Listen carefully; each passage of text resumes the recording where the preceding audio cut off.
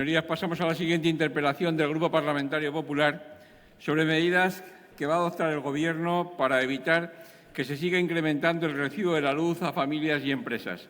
Para exponer la interpelación tiene la palabra el senador Pascual Madina.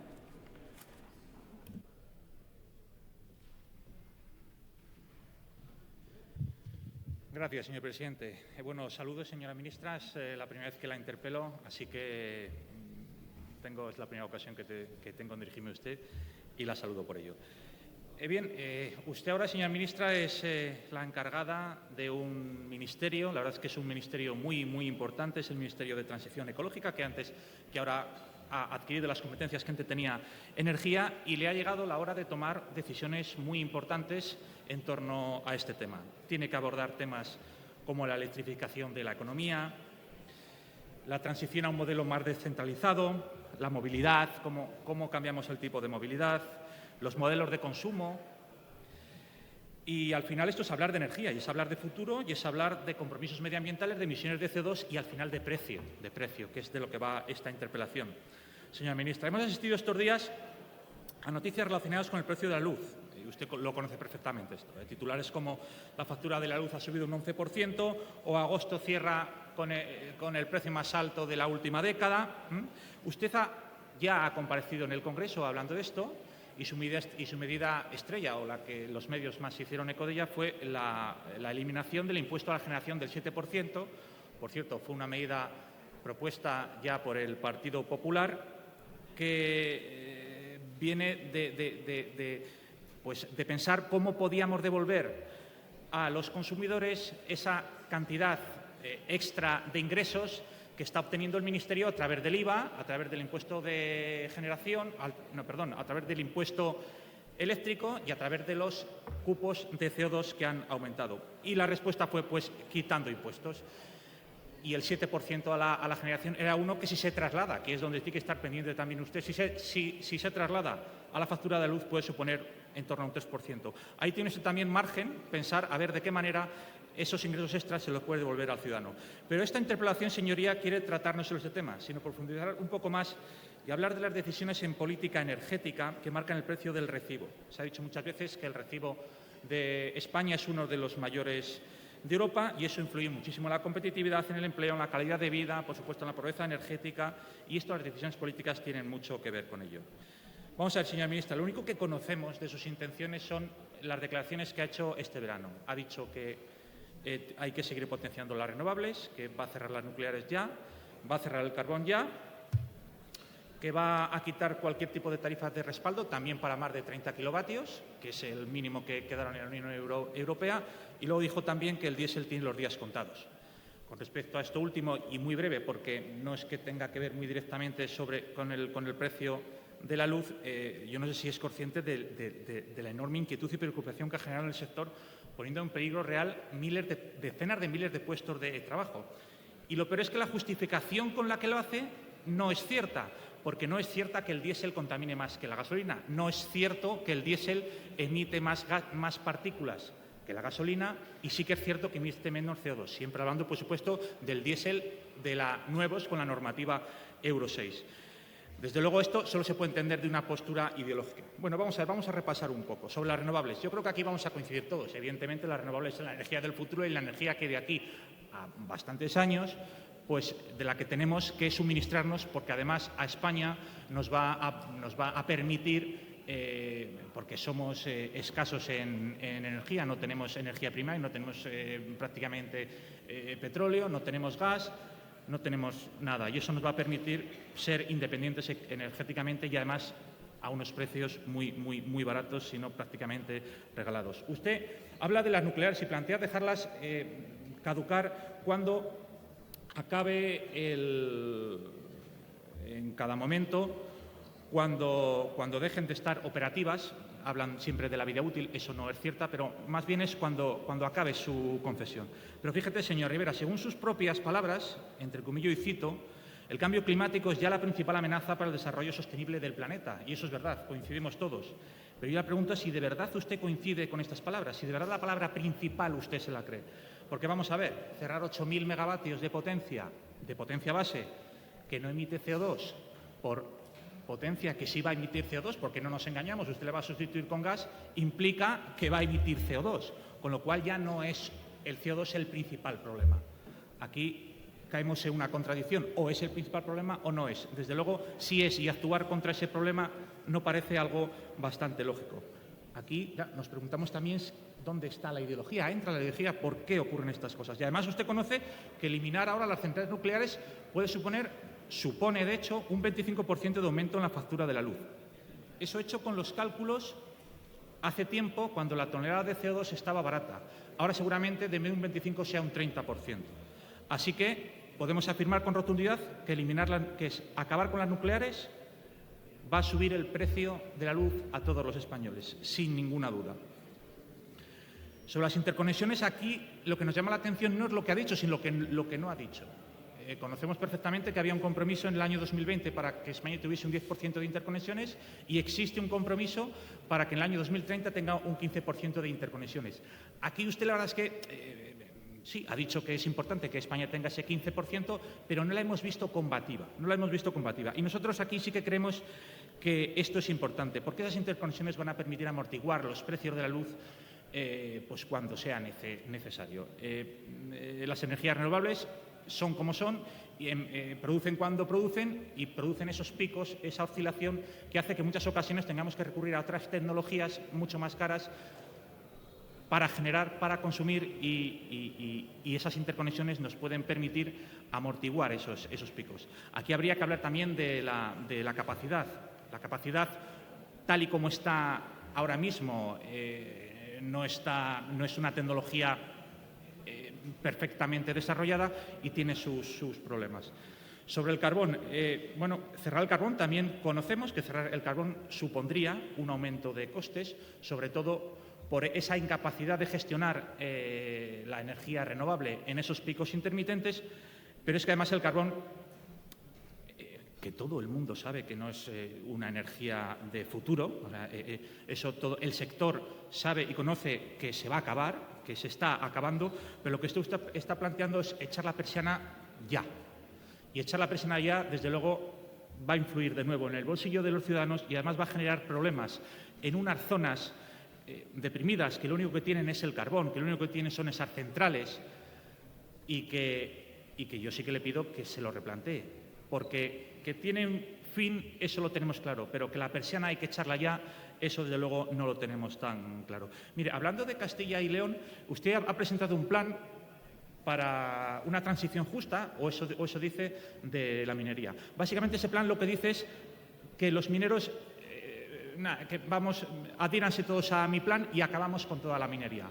Acabar con toda la minería supone acabar de facto con todas las centrales asociadas y que se hicieron en su momento y que están asociadas a la combustión de ese carbón cercano de esa minería, con lo cual también supone el cierre de esas centrales, con lo cual vuelve a suponer un quebranto para una zona deprimida y que no vemos necesario de ninguna manera. Mire, térmicas como la de Compostilla, Velilla y La Robla sí que han hecho los deberes y sí que han invertido para cumplir la normativa de CO2 y si cerramos las minas de carbón que hay en esa zona, cerramos de facto, que quizás es lo que usted quiere, cerramos de facto esas centrales térmicas y eso nos parece que no tiene mucho sentido.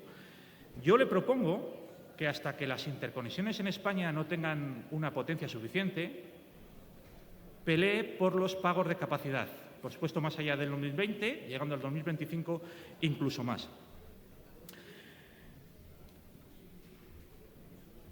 También ha hablado de la tarifa de respaldo.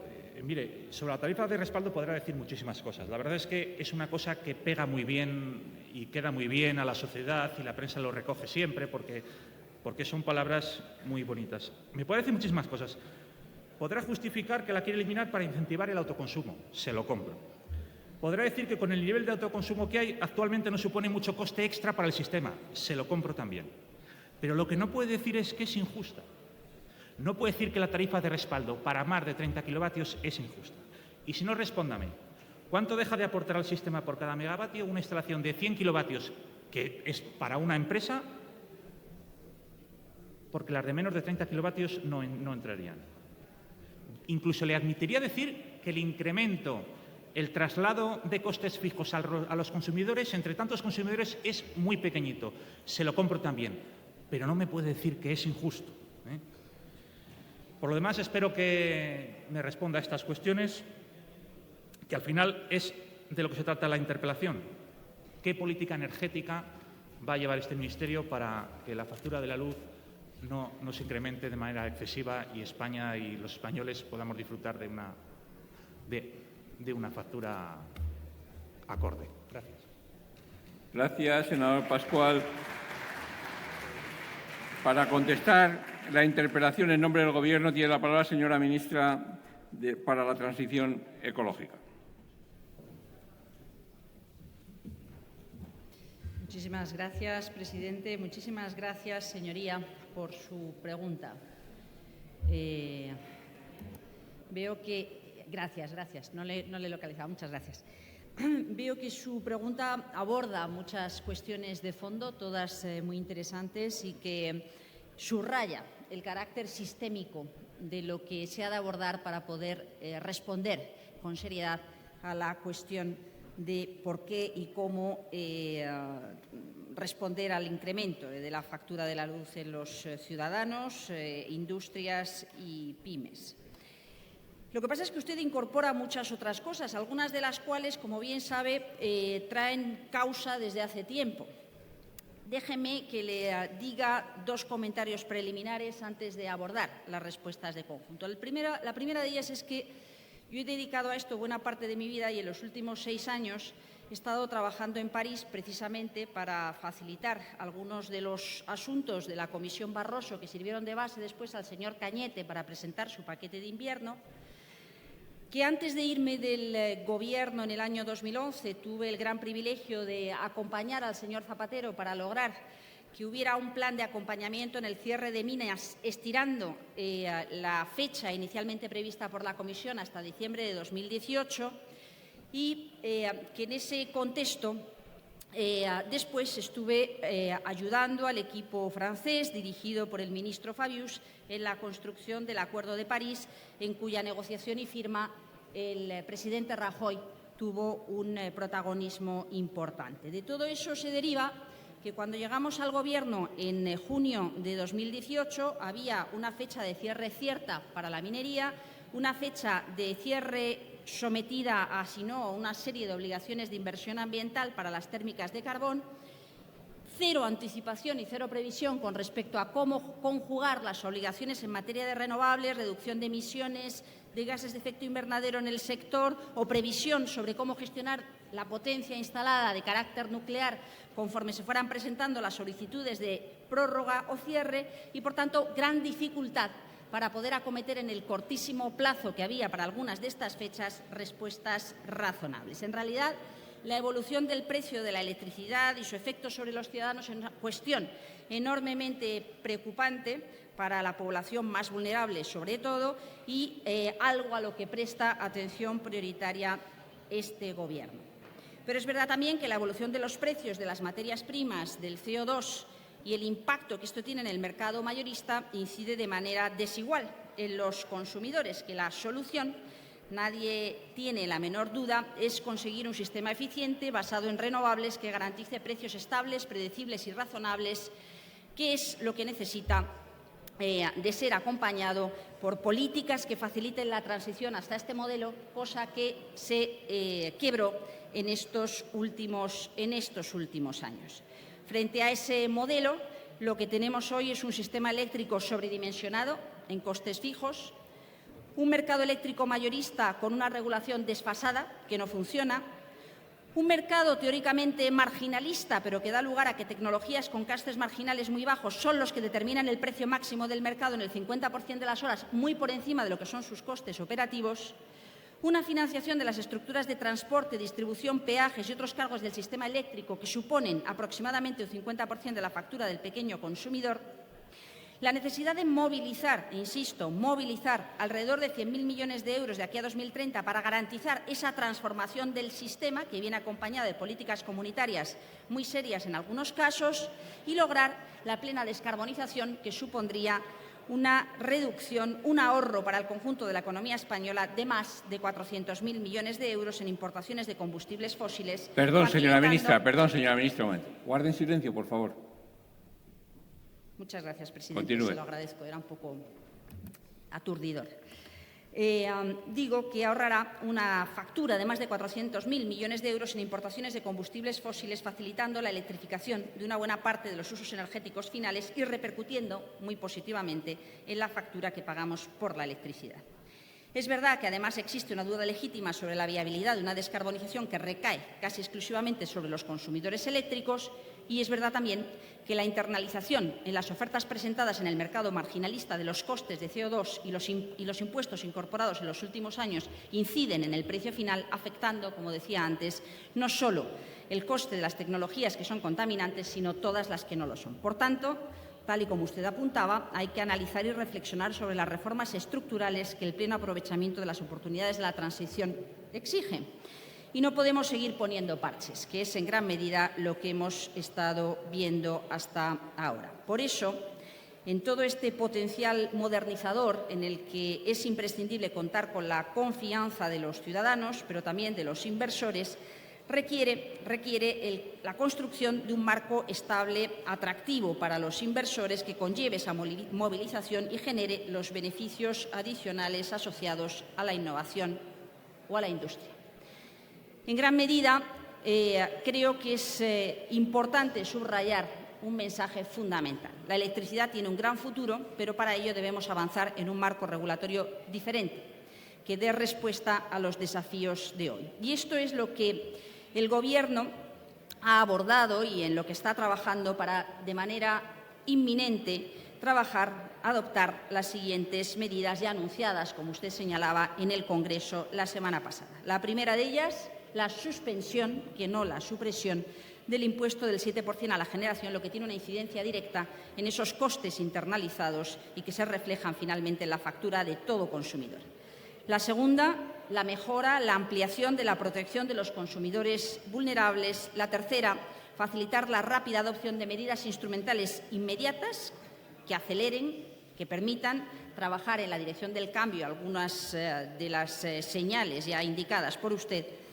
Y, por último, con un poco más de sosiego, con un poco más de tiempo, pero no se crea usted que con mucho más tiempo, abordar una reforma estructural del mercado, asegurando un sistema fiscal coherente y regular de una vez por todas algo que ha pasado desapercibido y que es fundamental, como es el almacenamiento.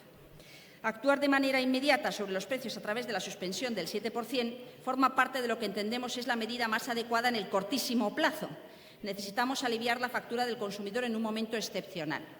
Pero esto requiere, además, un tratamiento adicional en la factura eléctrica de los más vulnerables, abordando una reforma, consolidación y mejora de las respuestas a la pobreza energética, dotando de continuidad el actual bono social, introduciendo mejoras de carácter inmediato, incrementando la protección y facilitando el acceso a los ciudadanos que hoy por hoy están en una situación ambigua o, por lo menos, no suficientemente cubiertos. Además, el Gobierno activará un bono para la calefacción, tratándose de una ayuda directa para sufragar los gastos de calefacción, y trabaja ya con las administraciones y organizaciones más cercanas al ciudadano en materia de asistencia social y con el tercer sector para poder elaborar una estrategia, pero actuar de manera directa sobre la población más afectada. Creo que junto a esto es necesario adoptar, como decía antes, medidas de choque que nos permitan avanzar en el cumplimiento de los objetivos de descarbonización a los que antes aludía y que formarán parte de ese paquete de adopción inmediata. Algunas de ellas centradas en potenciar el autoconsumo, incluida la eliminación al impuesto al sol, otras en retomar la senda de inversión en materia de energías renovables, creando nuevas oportunidades de empleo, pero también desplazando esas estructuras más costosas, reforzando la protección al consumidor, mejorando la eficiencia energética y la movilidad, por ejemplo, eliminando figuras como el gestor de cargas, que supone una burocracia poco útil. Todo esto no sirve para nada si no se abordan aspectos fundamentales que requieren reforma, como son el funcionamiento del mercado, la coherencia del sistema fiscal y como señalaba, la necesidad de regular el almacenamiento como eje central para el éxito de la transición, con la finalidad de facilitar y acelerar la transición al menor coste posible, recuperando la confianza perdida de los inversores, que, como usted muy bien sabe, nos dan más de un dolor de cabeza en las Cortes arbitrales internacionales y también en los tribunales nacionales, y reformar el funcionamiento del mercado de tal modo que, de forma sencilla y estable, dé las señales adecuadas. Son 3 grandes áreas de actuación que contarán con un reflejo en una propuesta que evidentemente traeremos a las cámaras próximamente para reformar el mercado mayorista, dar coherencia al sistema fiscal revisando qué es lo que funciona y qué es lo que funciona con señales contradictorias para ser corregidas, y regulando y racionalizando el almacenamiento. Todo esto, aunque lleguemos tarde, tenemos la clara voluntad de impulsarlo, como decía antes, en línea con lo que el propio comisario Cañete reiteradamente machaca y reiteradamente insiste en la necesidad de incrementar las obligaciones, los compromisos por parte de la Unión Europea en el cortísimo plazo. El nuevo sistema energético que este Gobierno concibe y en el que estamos trabajando permitirá apostar por una modernización de nuestra economía más competitiva, mejorando la seguridad de suministro y reduciendo la dependencia del exterior. Todo ello con un claro impacto positivo en el precio de la electricidad. Vaya terminando, señoría. Y en la generación de empleo. Muchas gracias. Gracias, señora ministra para la Transición Ecológica. A continuación tiene la palabra el senador Pascual.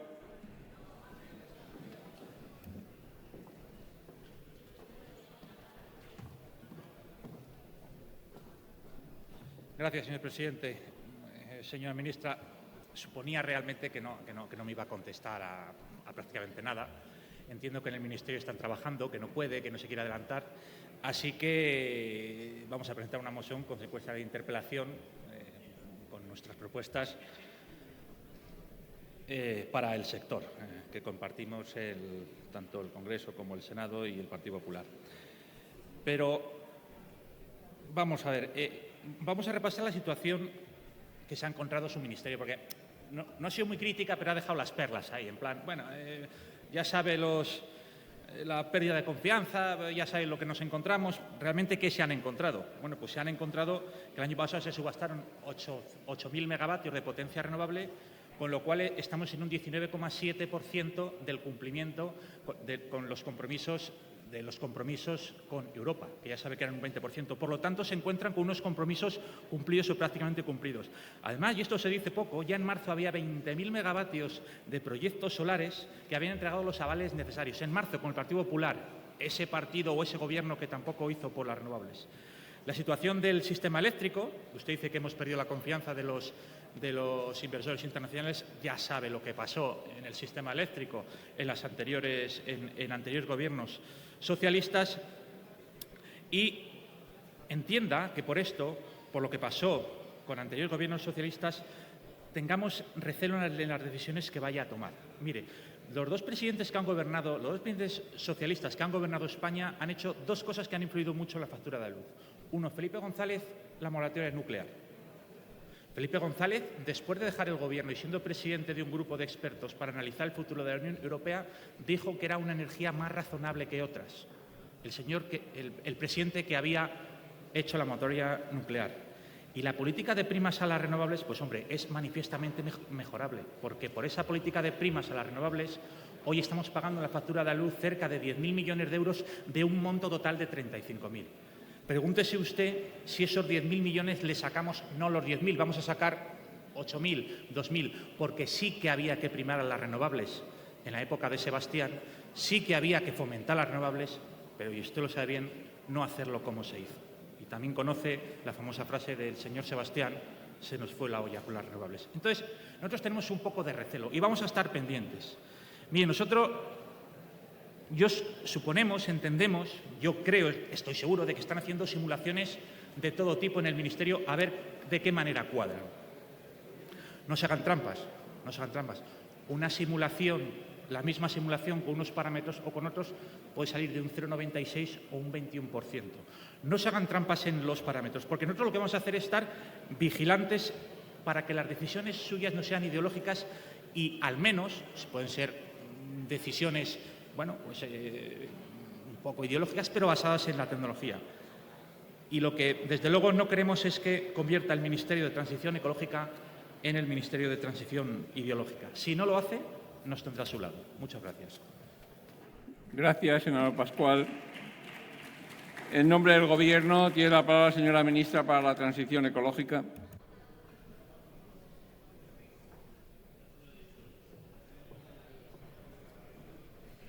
Muchísimas. Un momento, señora ministra. Ruego, por favor, señorías, que guarden silencio. Es imposible seguir al orador. Se lo agradezco Un momento, mucho. señora ministra. Perdón. Continúe. Se lo agradezco mucho porque veo que el interés sobre el precio de la factura de la luz y la transición energética varía en función de la ubicación en los escaños de esta sala. En todo caso, agradezco enormemente el modo en que su señoría ha empezado esta intervención. Creo que serán bienvenidas las mociones y las proposiciones, las propuestas que ustedes hagan con respecto a la transformación del sector, la transición energética.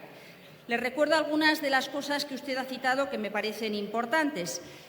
Subastar en el último año potencia renovable, por otra parte, con arreglo a mecanismos que fueron enormemente criticados por parte de los observadores internacionales y que explica por qué se presentaron quienes se presentaron en la primera subasta, con algunas preguntas directas al comisario Cañete, no significa que esa potencia esté plenamente instalada y operativa a los efectos del cumplimiento del objetivo en el año 2020. Y, de hecho, una pieza clave para que eso pueda ser verdad es facilitar el acceso y conexión a la red propuesta normativa reglamentaria que el ministro Nadal envió para informe a la Comisión Nacional del Mercado de la Competencia ya en funciones después de haberse aprobado la moción de censura, así que mucha prisa no debía tener. Es verdad que el sistema eléctrico debe integrar adecuadamente las renovables y es verdad que eso requiere un proceso de aprendizaje importante, pero yo lo que me he encontrado son demandas ante cortes internacionales de arbitraje por valor de 10.000 millones de euros